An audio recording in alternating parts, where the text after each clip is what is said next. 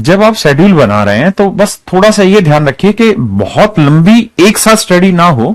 देखिए, बहुत अच्छी चीज तो ये है कि आप लाइब्रेरी अगर ज्वाइन कर सकते हैं तो लाइब्रेरी ज्वाइन करिए, क्योंकि वहां आपको एक माहौल मिल जाता है और उस माहौल के तहत ही रह के आप पढ़ाई कंटिन्यू कर रहे होते हैं, है ना। अक्सर देखा है कि घर में जब हम पढ़ रहे होते हैं, मैं खुद भी जब पढ़ता हूं, तो अगर कॉमन रूम में अगर हम किसी में बैठे हैं जहां पे और लोगों को आने जाने का कोई ऐसा व्यवस्था है, तो अक्सर देखा गया कि वहां डिस्टरबेंस बीच में होता है और डिस्टरबेंस में चीजें हल्की हल्की सी मिस होती ही चली जाती हैं।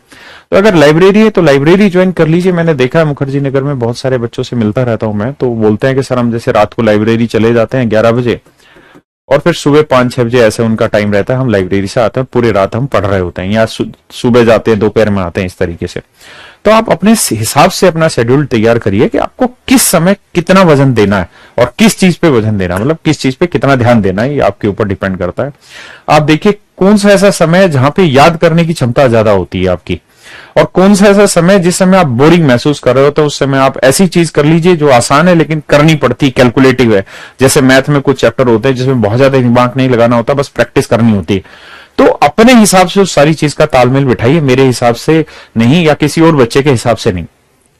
बहुत सारे ऐसे बावले बच्चे भी होते हैं, वो ये देखेंगे कि जो टॉपर बच्चा है उसका क्या शेड्यूल था और वो उसी शेड्यूल को फॉलो करने की कोशिश करते हैं। वो भी बिल्कुल मत करिए, वो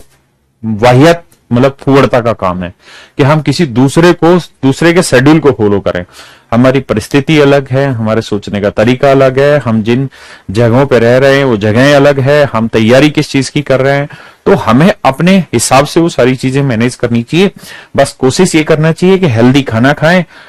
और 24 घंटे में कुछ नहीं तो 1-1.5 घंटा निकाल लीजिए अपने लिए, जहां आप किसी पार्क वार्क में जाके और कहीं जाके आप अपना भागदौड़ कर ले, शारीरिक एक्सरसाइज कर ले, बाकी पढ़ते रहें। ठीक है, तो शेड्यूल ऐसा कुछ है नहीं कि मैं आपको लिख के दे दूं सुबह इतने बजे उठना मैं और रात भर पढ़ते रहना। मेरे से खुद 8 बजे के बाद नहीं उठा जाता है रात को, मैं 8 साढ़े 8 बजे सो जाता हूं, तो मैं आपको कैसे सलाह दे दूं पूरी रात आप पढ़ लो, मेरे बस की खुद नहीं है। जब मैं स्टूडेंट था तो मेरी आदत रहा करती थी सुबह 4, साढ़े 4, 5 बजे उठ के, और वो जो जीएस वाला काम कभी होता था रट्टे मारने का,